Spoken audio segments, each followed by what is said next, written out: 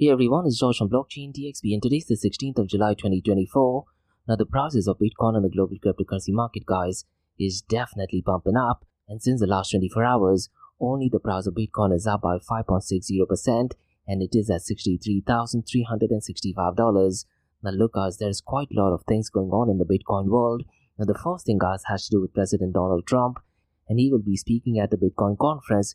This is a really gangster move, isn't it? Now, despite the recent assassination attempt, he has gone ahead and made a decision to go ahead and speak at the Bitcoin conference event that is scheduled to take place between the 25th to the 27th of July. Definitely positive news. Now, more importantly, guys, the German government is no longer dumping any more Bitcoin, isn't it? Looks like they do not have any more Bitcoins left. Now, because of all these news, guys, I wouldn't be surprised in the next coming week and days. The prices of Bitcoin in particular will be pumping up. But listen, guys, another very important news that is going to shake up the price of Bitcoin is a statement by Larry Fink. Now, Larry Fink once again was live on CNBC, guys, and he did actually state that he does believe in Bitcoin as a legitimate financial instrument. So what I'm going to be doing, guys, in today's episode, I'll give you a very detailed breakdown of what he said, because the interview, guys, is only 2 minutes long. But in that 2 minutes, guys, he went ahead and gave out a lot of benefits regarding Bitcoin, and what he also said, guys, that investing in Bitcoin is great, particularly with countries who are debasing the currency. Definitely a very powerful statement, isn't it? Now look guys, you need to know the power of BlackRock, from wokeism to ESG, and now Bitcoin. Definitely positive news for the Bitcoin world, I guess. So I wouldn't be surprised, guys, in the next coming week and days, the prices of Bitcoin will be reaching a new all-time high. But this is definitely not financial advice. Now look guys, one of the biggest drama that is going on in the world of regulations is to do with Ripple, isn't it? Now this month, guys, we do have some update regarding Ripple and SEC. Now the Security and Exchange Commission, guys, they have actually put out a statement that they will be having a closed-door meeting with executives, and this is scheduled to take place on the 18th of July, so just 2 days from now. So what I'll try to do is, guys, in my Crypto and Coffee Date podcast, I'll definitely go ahead and give out more information regarding this, because look guys, the outcome of this will definitely let us know if Ripple is a security or not, and more importantly, guys, it has broad implications for the cryptocurrency world as well, isn't it? So definitely keep an eye on what is going on the 18th of July. That is the drama between Ripple and SEC. Now finally, guys, towards the end of the episode, I'm going to be discussing some news all the way from Hong Kong, and the Security and Exchange Commission from Hong Kong. They have gone ahead and flagged 7 cryptocurrency exchanges. Now it's important to note, guys, that these cryptocurrency exchanges were unlicensed and they were operating in the country illegally. Now keeping that thing in mind, guys, looks like it is definitely the right move by them, isn't it? So I'll go ahead and give out more information regarding this. So these are some news, guys, I'm going to be covering about in my Crypto and Coffee Date podcast. And like we do in every Crypto and Coffee Date podcast, I'm going to be discussing 2 news from Dubai, UAE and the Middle East. Now both the news, guys, are to do with the event that I'm conducting in the month of August. Now what I tend to do is, guys, I tend to conduct these sessions every month. But the second news, guys, is an event that I'm doing it for the very first time. Now the first event, guys, is to do with Bitcoin, and it is essentially a pestle hour analysis on Bitcoin. Now look, guys, if you've done your master's or MBA, you should know what pestle hour analysis stands for. It is political, economical, social, technological, legal, environmental, and finally the R stands for religious analysis on Bitcoin. Now this session, guys, takes place on the 3rd of August at 6 p.m. Gulf Standard Time. Now look, guys, I'm definitely looking for sponsors. Now if you do want to go ahead and sponsor the session, drop me an email to info@blockchaindxb.com. Now the second event, guys, that I'm conducting is a massive one, and this is to do with stablecoin. Because look, guys, when you talk about the cryptocurrency market volume, stablecoins is often dominating, isn't it? And this session, guys, takes place on the 9th of August at 3 p.m. Gulf Standard Time, and the session is called a Stablecoin Summit. So what I'm going to be doing, guys, in today's episode, I'll go ahead and explain what is it that you can expect at the Bitcoin pestle hour analysis session, as well as the Stablecoin Summit session. Now, so far as the Stablecoin Summit is concerned, the event will be navigating the future of digital stability. So in today's episode, guys, I'll go ahead and give out information as to what is it that you can expect on the session that is scheduled to take place on the 9th of August at 3 p.m. Gulf Standard Time. So quite a lot to cover, guys, in today's episode. Let's kick start with it right away. Thank you to our sponsors for being part of the Blockchain DXB journey. Firstly, Advanced Media. Advanced Media, guys, is the largest distributor of professional video, photo, broadcast and cinematic equipment and accessories in the Middle East and MENA region. With over 2 decades of experience, Advanced Media is now the largest distributor in the Middle East, representing more than 100 recognizable brands, including brands such as Zeiss, DJI, Hasselblad, Red and Road. As a matter of fact, guys, the very mic that I'm recording is being sponsored by Advanced Media as well. And Advanced Media has showrooms in Saudi Arabia and services as well. Looks like they're definitely taking the Middle East by storm. And here's the beautiful thing, guys. They're taking corporate social responsibility very seriously. And they're focusing on 3 Ps. That is people, planet, and prosperity. Now listen, guys, if you do want to find out more information regarding the Statement of Corporate Social Responsibility, check out the website, that is www.amt.tv. And here's the beautiful thing, guys. They also want to be a leader and set an example and reputation as a pioneer and member of the community. And in doing so, guys, they also have an AMT scholarship with SAE Institute in Dubai, UAE. So definitely check it out. And also, guys, Advanced Media is committed to persistently developing, organizing, and hosting training workshops, seminars, and community events that educate, inform, and familiarize consumers with new equipment and the latest technological advances. So listen, guys, do one thing. If you do want to support this channel, go to the website, that is www.amt.tv, and follow the social media channels as well. All of the details are in the show notes below. Next, Startup OI is global one-tech platform for tech. It offers global high-paying tech jobs with flexibility in working time and location, global free tech events, and tech networks to connect with global like-minded engineers. A brilliant platform to listen to the tech experts in Metaverse and to grab their insights. Now listen, all you have to do is download the app Startup OI. If you're using an Android version, go to Google Store and App Store for iOS devices. Alternatively, you can also click on the show notes below to download Startup OI. Next, guys, listen, if you're into fitness, if you're into adventure, if you want to do something wild but still want to keep your health in check, there is a new podcast in town, a podcast focusing on obstacle course race in the Middle East. The podcast is called the Race Pace Podcast. So check out the Race Pace Podcast across all leading platforms.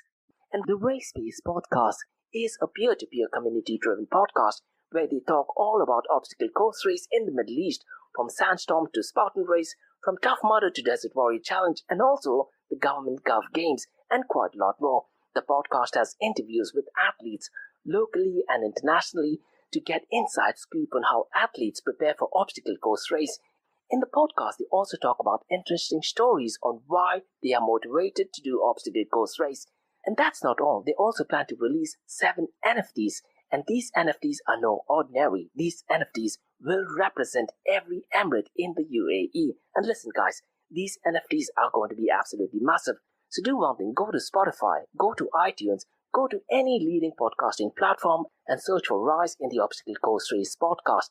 And finally, guys, not your keys, not your crypto. If you have dabbled with cryptocurrencies and now are seriously getting to protect your cryptocurrencies, there is no better way to protect it by using a hardware wallet. And this is where Ledger Wallet kicks in. And Ledger Wallets are hardware cryptocurrency wallets made by Ledger, a company headquartered in Paris, France. And Ledger's hardware wallets are multi-currency wallets that are used to store private keys for cryptocurrencies offline. And Ledger offers 2 hardware wallets, the Ledger Nano and Ledger Nano X wallets. They are world-class experts with extensive crypto security backgrounds.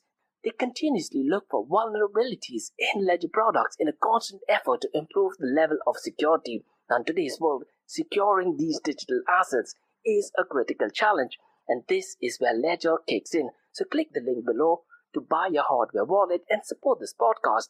It is a brilliant way to support this podcast. So what are you waiting for? The link is in the show notes below. Now, guys, since you've taken care of that, let's kickstart by looking at the global cryptocurrency market. Now, if you look at the global cryptocurrency market, guys, it is at $2.33 trillion and looks like there's a massive pump up since the last 24 hours, isn't it? And the prices of Bitcoin on the global cryptocurrency market, guys, is looking green. But that thing being said, guys, if you look at the fear and greed index, the market is still at fear, but the number has pumped up to 48. So it's going to be really interesting to see what happens over the next coming days.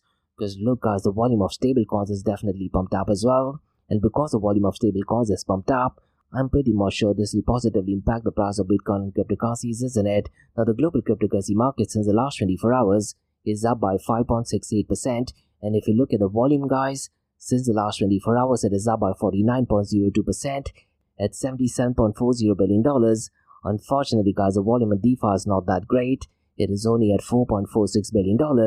And DeFi as of today is accounting for only 5.85% of the total crypto market 24-hour volume. Now, so far as the total value locked is concerned, it is at $91.74 billion. Now, look, guys, I've said this thing so many times. So far as the total value locked is concerned, just keep an eye on when the Ethereum spot trading kicks off.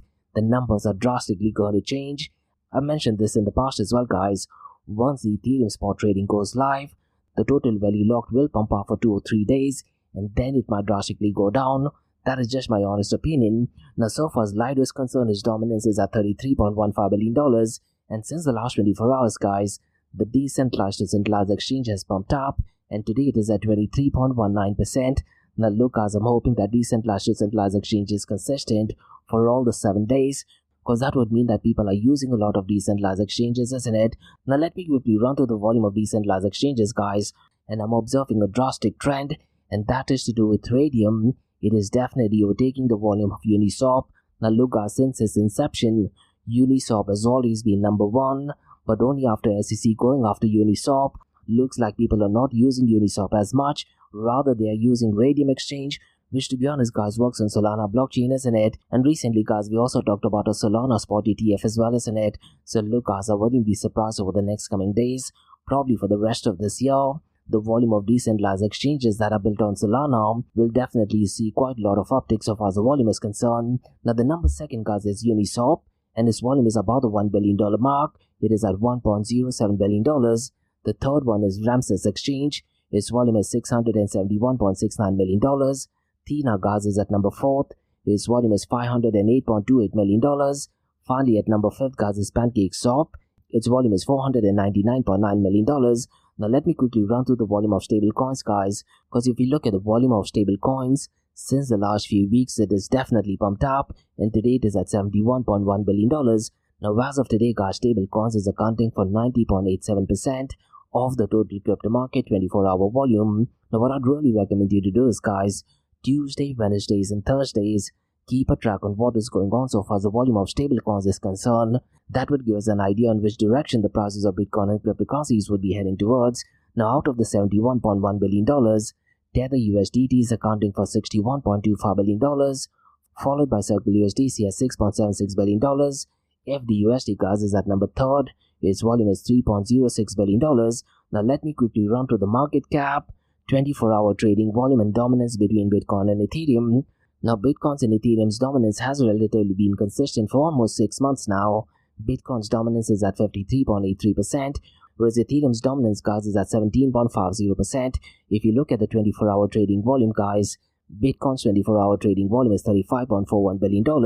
Now, because the prices of Bitcoin is increased, guys, and because the volume of stablecoins is increased, it just means one thing, that people are buying a lot of Bitcoin, isn't it, rather than selling it. And the same thing, guys, for Ethereum as well, because its volume is $16.17 billion, and Ethereum's market cap actually has crossed the $400 billion mark, and today it is at $409 billion, and Bitcoin's market cap is at $1.25 trillion. Now, unfortunately, guys, the matrix that I'm definitely not liking is the market cap of privacy coins.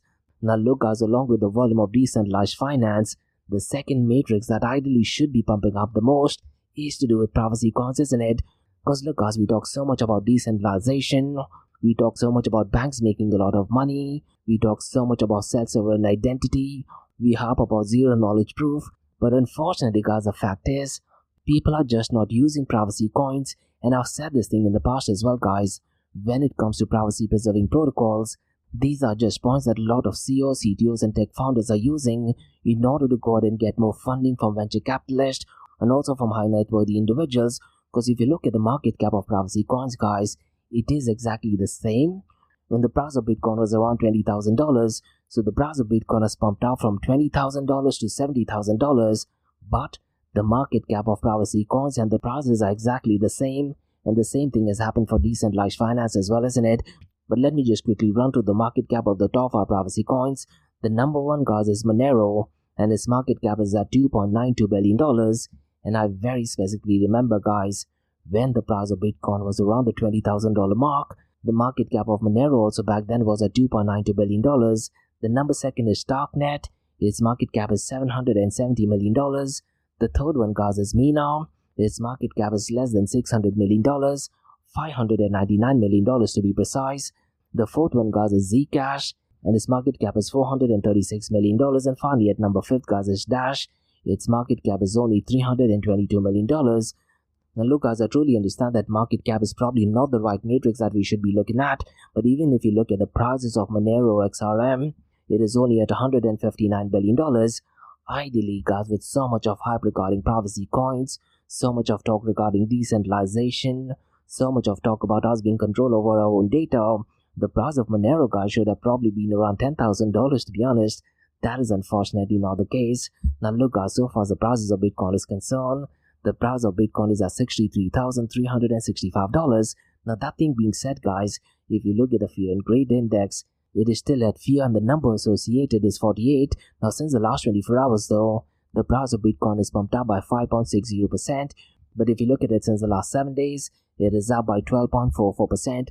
So it looks like Germany cannot go and dump any more Bitcoin, isn't it?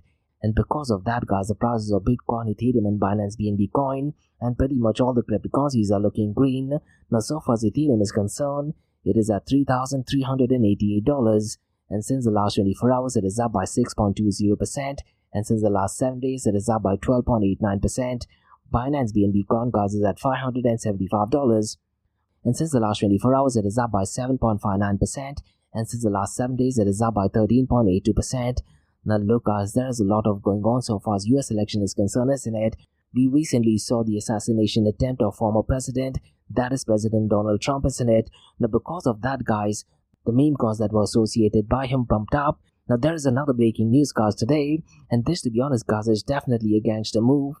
And former President Donald Trump, guys, is actually set to address a Bitcoin 2024 conference, and this conference, guys, is actually scheduled to take place literally 10 days from now. That is 25th of July to 27th of July. And according to David Bailey, guys, who's the CEO of Bitcoin Magazine and cryptocurrency advisor to Trump campaign, he actually said that President Donald Trump is in good spirit and he's looking forward to joining everyone in Nashville to deliver a speech that would resonate globally. Now look, guys, I've said this thing so many times. When you talk about Bitcoin and cryptocurrency, President Donald Trump is definitely a massive advocate, and so are Republican candidates as well. And just few hours ago, guys, President Donald Trump did make an announcement regarding his vice president candidate. And the vice president candidate, guys, is J.D. Vance of Ohio. Now look, guys, there's not much known about him, but if you actually go out and listen to some of his stance regarding Bitcoin and cryptocurrencies, J.D. Vance is definitely a massive advocate of Bitcoin and cryptocurrencies, and so are Republicans as well. Now look, guys, so far as the Democratic Party is concerned, or the left-leaning administration, they're definitely not fans of Bitcoin, definitely not fan of cryptocurrencies. They want more control over your spendings, isn't it? And Republican candidates, guys, they definitely want to go ahead and ban central bank digital currency as well. Now keeping all this thing in mind, guys, looks like the market has reacted positively. Now this just shows the power of politics, keeping in mind Bitcoin and cryptocurrency, isn't it? Now look, guys, regarding the event that President Donald Trump is going to be speaking about, if you actually go through the event, there are a phenomenal set of speakers. You also have Robert Kennedy Jr., who's another presidential candidate. You have Russell Brand. Look, guys, you need to go ahead and follow Russell Brand on YouTube. He's going to be talking quite a lot regarding Bitcoin as well. You also have Edward Snowden, who we know by now has always been a massive advocate of Bitcoin, isn't it? So what I'd really recommend you to do is, guys, in the show notes below, go ahead and look at more information regarding the event. You could probably go ahead and attend it as well. Now that thing being said, guys, there are a couple of people from the Democratic Party as well. That is Ro Khanna, who's a US congressman, and if I'm not mistaken, guys, he did want to have a roundtable conference in Washington D.C. But look, guys, I'm pretty much sure he's only doing that because US election is coming up. Because look, guys, historically all the Democrats, they have been massive detractors of Bitcoin and cryptocurrencies in my opinion. And I've said this thing in the past as well, guys. One of the New York governors, that is Eric Adams, he did actually state that he's willing to accept Bitcoin as part of his payments. But just 3 months after that, he went ahead and stopped doing that. So these are things you need to factor as well. Now, so far as US politics is concerned, guys, I'm pretty much sure it's going to directly and indirectly impact the price of Bitcoin and cryptocurrencies, isn't it? But what I feel, guys, is probably the most important person in the world. That is Larry Fink, who's the CEO of BlackRock. He has actually put out some really powerful statement regarding Bitcoin. Now look, guys, just a few hours ago, he had an interview with CNBC. Now what is crazy, guys, is this interview is just literally 2 minutes 30 seconds long. And what he actually said is that he does believe Bitcoin is a legitimate financial instrument. Now in just a matter of 2 minutes, guys, he actually openly said that he was completely wrong about Bitcoin. He went ahead and took the initiative to learn about Bitcoin. And to be honest, guys, he only had great things to say about Bitcoin. He also said is that Bitcoin is great to invest in the country that is debasing its currency and more. So what I'd really recommend you to do is, guys, definitely go ahead and check out that video. Now look, guys, you need to know the power of BlackRock. Whatever Larry Fink and BlackRock says, those things turn out to be a flirtation. Now if you're a true maximalist, guys, you should definitely not be liking this news, because it just shows the power of one person influencing the price of Bitcoin, isn't it? Now look, guys, I wouldn't be surprised just because of this 2-minute video. The prices of Bitcoin might even double, to be honest. But look, guys, this is definitely not financial advice, and all price predictions are 100% right 50% of the time, isn't it? Now if you listen to my Crypto and Coffee at 8 podcast, guys, I've said that Larry Fink, after the Bitcoin spot ETF was approved, in a CNBC interview, he actually talked about tokenization. Now that interview, guys, is roughly around 6 minutes long. Please feel free to go and check it out. And the moment I heard it, guys, I did actually mention in my Crypto and Coffee at 8 podcast that tokenization is the next big hype. And via LinkedIn, guys, I'm seeing so many posts regarding tokenization. And just yesterday, I talked about MakerDAO, where they have a prize pool of $1 billion that is catered to a tokenization, isn't it? So Larry Fink, the CEO of BlackRock, guys, saying positive things regarding Bitcoin is definitely a massive deal. And what I really like, guys, that this interview, he was actually very genuine when he talked about Bitcoin. So look, guys, there is only one direction in which the price of Bitcoin would move, I guess. But again, guys, this is definitely not financial advice. Now, guys, let me go ahead and touch base on some drama in the world of Ripple and SEC. Now, look, guys, in the month of July, most likely we might get a final outcome to what this drama is. Now, on the 17th of July, guys, I do have an interview with the policy director of EMA region, that is Andrew Whitworth of Ripple, and we're going to discuss quite a lot regarding policy and regulations. Now, regarding this news, guys, on 18th of July 2024, the US Security and Exchange Commission will convene a closed executive meeting in Washington D.C. headquarters. Now, the agenda, guys, which remains undisclosed, includes discussion on institution and settlement of injunctive actions, institution and settlement of administrative proceedings, and resolution of legitimate claims. Now, this, guys, has sparked speculation among crypto experts with focus on potential implication for SEC's ongoing lawsuit involving Ripple. Now, if you actually go to the website, guys, which is in the show note below, and looks like the commission is promising updates on the website. Now, is it an indication of a potential resolution of Ripple versus SEC? Most likely that is, isn't it? But what I'll do is in my Crypto and Coffee at 8 podcast, I'll definitely go and touch base on this news. Now, guys, let's discuss some news all the way from Hong Kong. And Hong Kong Security and Future Commission, they have flagged 7 unlicensed cryptocurrency exchanges because they were operating illegally in the region. Now, these platforms, guys, include StormX, Yomax, and they actually misled investors by falsely claiming affiliation with the SFC and engaging in activities like blocking withdrawals and imposing unauthorized fees as well. Now, so far as this news is concerned, guys, the Hong Kong Security and Financial Commission alert list is aimed at protecting investors from scams, and it now includes 39 entries with 28 additions in 2024 alone. So look, guys, regulations are definitely needed as long as they protect investors, isn't it? But regulations should definitely not stifle innovation. Now, regarding this news, guys, I definitely support this because they are definitely protecting the investors, definitely protecting the customers, and making sure that there is no negative impact on the market as well. So definitely positive news in my opinion. So these were the news, guys, on the cryptocurrency blockchain world. Now let's look at 2 news from Dubai, UAE and the Middle East. Now both the news, guys, has to do with an event that I'm conducting. Now the first event takes place on the 3rd of August, and this is to do with pestle hour analysis of Bitcoin. Now, pestle hour analysis, guys, the acronym stands for P as in political, E for economical, S for social, T for technological, L for legal, E for environmental, and R for religious analysis on Bitcoin. Now, I tend to do these sessions every month, guys. So let me do one thing, guys. Let me go ahead and explain what is it that you can expect at the session. Because look, guys, so far as pestle hour analysis is concerned, it provides a macro level snapshot of any industry, any particular technology or product, isn't it? You can do pestle hour analysis, let's say for stable coins. You can do it for metaverse. I think it is a great idea to do it for artificial intelligence as well. Now, if one of you listeners wants to do a pestle hour analysis, let's say on stable coins or on artificial intelligence, drop me an email to info@blockchaindxb.com. And look, guys, if you want to go ahead and sponsor this session as well, drop me an email to info@blockchaindxb.com. Now let me quickly run through as to what is it that you can expect in this session, because I'll be breaking down pestle hour analysis on Bitcoin. Now regarding P, that is political factors, guys, I'll go ahead and answer this basic question. Is Bitcoin apolitical? Now look guys, Bitcoin was created as a movement towards separation of money and the state, isn't it? But look guys, politics and politicians definitely have a very positive impact as well as a negative impact on the price of Bitcoin, isn't it?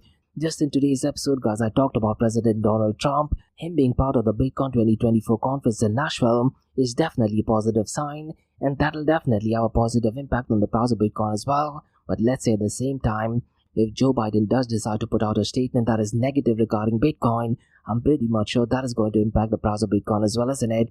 Now, so far sanctions is concerned, guys, I'll go to discuss from a political point of view, where does Bitcoin fit in? Now look guys, when the war between Russia and Ukraine kicked off, a lot of donations was actually used by Ukrainian as well as Russian in Bitcoin, so I'll go and touch base on that. And regarding politics, guys, I'll go and touch base if right-wing ideologies and right-wing politicians or Republicans, are they the ones in favor of Bitcoin, or is it the left-wing politicians or left-wing ideologies, are they the one in support for Bitcoin? And I touched base on this thing earlier on as well, isn't it? Now regarding politics, guys, I'll also go and touch base on the macro level discussion regarding India, China, Iran and their stance on Bitcoin. Now look, as we already know, El Salvador is very pro-Bitcoin, isn't it? And I'll go and touch base on their approach and adoption to Bitcoin and if it was a right move or not. Now regarding politics, guys, in UK there is a new Prime Minister, isn't it? And he's from a Labour Party, but he's more of a centre-left politician. I'll go and touch base on what is his view regarding Bitcoin and the Conservatives who are in charge of UK for almost a decade, what was their stance regarding Bitcoin and open source. So I'll go and touch base on quite a lot of points, guys, regarding politics and Bitcoin. Now regarding E-gas, that is economical, I'll go and discuss is Bitcoin the biggest global wealth redistribution, and can Bitcoin change the dynamics of money? So I'll go and touch base on inflation, the exchange rate, and quite a lot of most of us economical factors that Bitcoin is concerned. And look guys, I'll also go ahead and answer this question. Have underdeveloped countries been benefited by Bitcoin, or is it the developed countries who have been benefited by Bitcoin? Now look guys, recently we know what the German government has done, isn't it? They have been dumping Bitcoin to exchanges, and what kind of an impact it has had on the price of Bitcoin, we all know about it, but I'll definitely go ahead and touch base on that. And regarding the economical factors, guys, I'll also go ahead and touch base on the usage of Bitcoin in first world countries versus underdeveloped countries. Now the next area, guys, is regarding social. I'll go ahead and touch base on the social impact of Bitcoin and blockchain technologies for generations to come. And I'll go ahead and touch base on social trends, the age group of people using Bitcoin, and is Bitcoin a form of money? Now look guys, as much as I hate saying this, I do have to ask this question. How did the whole COVID-19 impact the price of Bitcoin and its use case? Unfortunately, guys, people went completely silent so far as Bitcoin is concerned, isn't it? Now regarding social factors, guys, I'll go ahead and discuss what were the restrictions put in place, let's say for promoting Bitcoin or other cryptocurrency related products. Now regarding technological factors, guys, I'll go ahead and touch base on the user experience of Bitcoin. We'll go ahead and discuss the different forks of Bitcoin and what could potentially be the future forks of Bitcoin. Now look guys, since the last year or so, there is ordinal inscriptions on Bitcoin, and since the halving, now we also have runes as well in Bitcoin, isn't it? So essentially, guys, you can have NFTs on Bitcoin blockchain as well. Now regarding technological factors, guys, you don't need any technical expertise. I'll try to go ahead and explain it at a very basic and understanding level. We'll also go ahead and touch base on the economies of scale. Let's say if you want to go ahead and set up mining operations, and I'll also go ahead and answer if Bitcoin is resistant to threats for quantum computing and quite a lot of other. Now look guys, so far as technological factors is concerned, I'll try to make it as simple and easy to understand. And guys, in my Crypto and Coffee a Day podcast, I'm going to be releasing a standalone episode on Lightning Network. That is one way on how you can use Bitcoin for making payments. Now it is a standalone episode, guys, so that would be taken care of so far as the technological factors is concerned. Now the next area, guys, is legal, and I'll ask this basic question. Is Bitcoin legal, and where does governance, regulations and legislations fit in? Now look guys, according to me, there is something called as Pillars of Open Blockchain, which is popularized by Andreas Antonopoulos, and that takes care of the governance aspect of it. I'll also go ahead and touch base, guys, on what can governments do to support innovation on Bitcoin, or would it be best for Bitcoin to be completely organic with absolutely no involvement from government? We'll also discuss, guys, can a state go ahead and attack Bitcoin and pose a threat to its ecosystem and existence, and how can government policies and exchanges impact Bitcoin user adoption and its growth? Now look guys, so far as Dubai and United Arab Emirates is concerned, it is very pro-Bitcoin and cryptocurrency, isn't it? So I'll share some experience from UAE as well, and I'll share my thoughts and opinion, guys, on can central bank digital currencies pose a threat to Bitcoin. Now the next podcast is regarding environmental factors on Bitcoin. Now look, guys, Larry Fink that I mentioned earlier, he's the main guy behind ESG movement, isn't it? And so far as Bitcoin is concerned, keeping in mind ESG, Bitcoin mining operation does use quite a lot of energy, isn't it? And there is quite a lot of fake news and incorrect information regarding Bitcoin mining operation. So in the area when I talk about environmental factors, we look at the past, the current, and the future state of environmental impact on Bitcoin mining. We'll also go in touch base on the environmental, social, and corporate governance discussion around Bitcoin. And finally, guys, I'll also go in touch base on CSR, that is corporate social responsibility of miners, and quite a lot of other things. Now the final podcast is regarding religious analysis on Bitcoin, and I'll go ahead and share my thoughts and opinion on if Bitcoin is Sharia compliant and what are the religious factors and commonality in Bitcoin and how is Bitcoin seen in the Middle East and quite a lot more. And I'll also go ahead and touch base on the acceptance of Bitcoin and religious implication. So look, guys, I do feel that our analysis does dive deep into macro environmental factors of Bitcoin, isn't it? And guys, if you do want to go ahead and sponsor this session, drop me an email to info@blockchaindxb.com. Now guys, let me go ahead and touch base on the second news. And this event takes place on the 9th of August at 3 p.m. And this is to do with stable coins. Now look, our stable coins do account for majority of the chunk of cryptocurrency market volume, isn't it? So in this session, guys, I want to go ahead and give in-depth information regarding stable coins. And this session is called a Stablecoin Summit, Navigating the Future of Digital Stability. So let me go ahead and let you know, guys, as to what is it that you can expect at this session. So we'll go ahead and start off by discussing the history and basics of stable coins. I'll go ahead and share the definition and purpose of Bitcoin, the need for stablecoin in the cryptocurrency ecosystem, and we'll also look at the evolution and historical development of stablecoins. Because look, guys, right now the market cap of stablecoins is reaching new heights, isn't it? And last year, guys, Ripple did actually make an announcement that they are planning to launch a stablecoin. PayPal has already launched a stablecoin. Hedera Hashgraph has launched a stablecoin as well. And I'm pretty much sure, guys, there's going to be new major players as well, isn't it? So I'll go ahead and touch base on major players and new entrants in stablecoin market. Now I'll go ahead and explain, guys, the different types of stablecoins as well. That is fiat collateralized stablecoin, crypto collateralized stablecoins like MakerDAO, algorithmically backed stablecoin. The example I can think of, guys, is Terra Luna, because that is something a lot of them will be aware about, isn't it? I'll also go ahead and touch base on commodity collateralized stablecoin, and also, guys, privacy focused stablecoin. That could be an absolutely game changer. Maybe a privacy focused stablecoin can be made interoperable with central bank digital currencies, and then it could probably be used with tokenization world as well. Now the next area, guys, I'll go ahead and touch base is regarding the technological and regulatory aspects of stablecoin. So I'll go ahead and touch base on the algorithmically backed stablecoin and the role in automated management. Now look, guys, the United Arab Emirates Central Bank, they recently had regulations regarding stablecoin usage, and they released a documentation called as Payment Token Service Regulation. So I'll go ahead and give out more information regarding this. I'll also go ahead and touch base on stablecoins use case, guys, particularly as a hedge against inflation, not necessarily with the fiat world as such, but look, our stable coins are a hedge against crypto volatility as well, isn't it? And I'll go ahead and touch base on the impact of global events, that is COVID-19, the geopolitical conflicts, sanctions, and then, guys, I'll go ahead and compare it with stablecoin adoption and stability. Now look, guys, as much as I hate saying this, during the COVID-19 era, the volume of stablecoins did actually pump up, but the prices of Bitcoin and cryptocurrencies did actually go down. Now in the Stablecoin Summit, guys, I'll also go ahead and touch base on the economic and market dynamics. So I'll go ahead and touch base on profitability sectors for stablecoin issuers compared to Bitcoin miners and centralized exchanges. I'll also go ahead and touch base on some controversial topic, guys, that is, are stablecoins a pillar of open blockchain principles? Now look, guys, according to me, there are a couple of pillars of open blockchain, and unfortunately stablecoins do not follow the ethos of open blockchain. I'll go ahead and touch base on the governance models of stablecoins, that is centralized versus community-driven decision.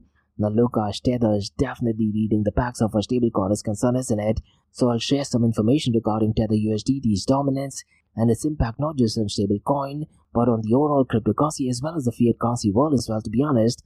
And I'll go ahead and touch base on practical use cases of applications regarding stablecoins, guys. So we look at the use cases of USDT in financial transactions and as a reserve currency. And regarding Tether USDT, guys, over 60% of the transactions are actually taking place in Tron blockchain, and Justin Sun recently put out a statement that Tron blockchain will be the first to have 1 billion public addresses. So it's going to be really interesting to see, guys, what role stablecoins plays in the near future. We'll also go and touch base on everyday application of stablecoins in financial transactions and global e-commerce. Now look, guys, in that session, I'll also make a comparative analysis between stablecoins versus central bank digital currencies, and we'll look at similarities and differences between both of them. Now my big question, guys, is once central bank digital currency goes live, what will be the use case of Ripple or stablecoins? If given a choice, guys, as much as I dislike saying it, I would personally choose stablecoins. Now regarding metaverse, guys, which might take a couple of years for mainstream adoption, I'll go and touch base on integration of stablecoins in the metaverse, and we'll go and touch base on the use cases of stablecoins in metaverse, and can we have APIs that can be implemented so far as it becomes easier to go and transact using stablecoins. And I'll also go and touch base on the ethical and regulatory considerations regarding stablecoins. Now look, our stablecoins can definitely go and freeze your account, isn't it? Now we'll go and explore, are there any miners so far stablecoin is concerned? And if there are any blockchains, now you'll be surprised with the answer to that. And I'll definitely go and delve deep into that. And finally, guys, I'll go and touch base on the good, the bad, and the ugly side of stablecoin. And I will make a critical assessment of the advantages, risks, as well as challenges associated with stablecoins. And I'll also go and share future prospects and innovation in stablecoin technology and market adoption as well. Now look, guys, if you want to go and sponsor this session, drop me an email to info@blockchaindxb.com. So that's about all, guys, on cryptocurrency, blockchain, and artificial intelligence world from Blockchain DXB. In case if you like listening to this podcast, please click on the follow button, give it a 5-star rating, and share the word across. And guys, please feel free to go and check out my website, that is www.blockchaindxb.com. It is packed with loads of information in the world of Bitcoin, cryptocurrencies, metaverse, stablecoins, artificial intelligence, and even central bank digital currencies. And guys, if you do want to collaborate on anything, drop me an email to info@blockchaindxb.com. Now for the next few minutes, there's going to be an Ask Me Anything series, where your listeners can ask any questions regarding Bitcoin, blockchain, beyond blockchain, cryptocurrencies, NFTs, DeFi, and metaverse. So let's get started with the Ask Me Anything series.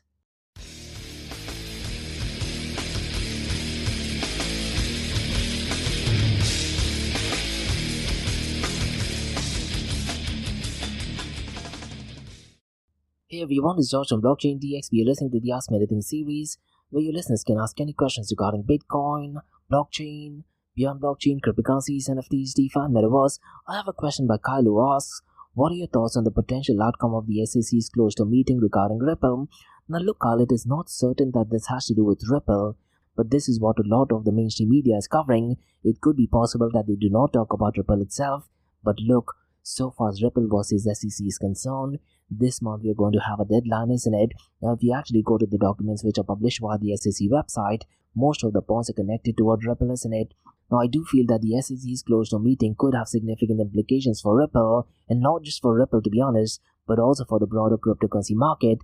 Now look, if the SEC decides to settle with Ripple, it could provide much needed clarity on the regulatory status of XRP and potentially pave the way for other cryptocurrencies as well, isn't it? However, Kyle, I do feel if the SEC continues its enforcement action, it might create more uncertainty and volatility in the market. Now overall, I do feel that this meeting could be a pivotal moment for the regulatory clarity in the crypto space. Now, if I'm not mistaken, this month, there was supposed to be a roundtable conference in Washington D.C. as well. I really am not sure if SEC Chair Gary Gensler was in that as well. There were definitely some billionaires who are probably involved in cryptocurrency space.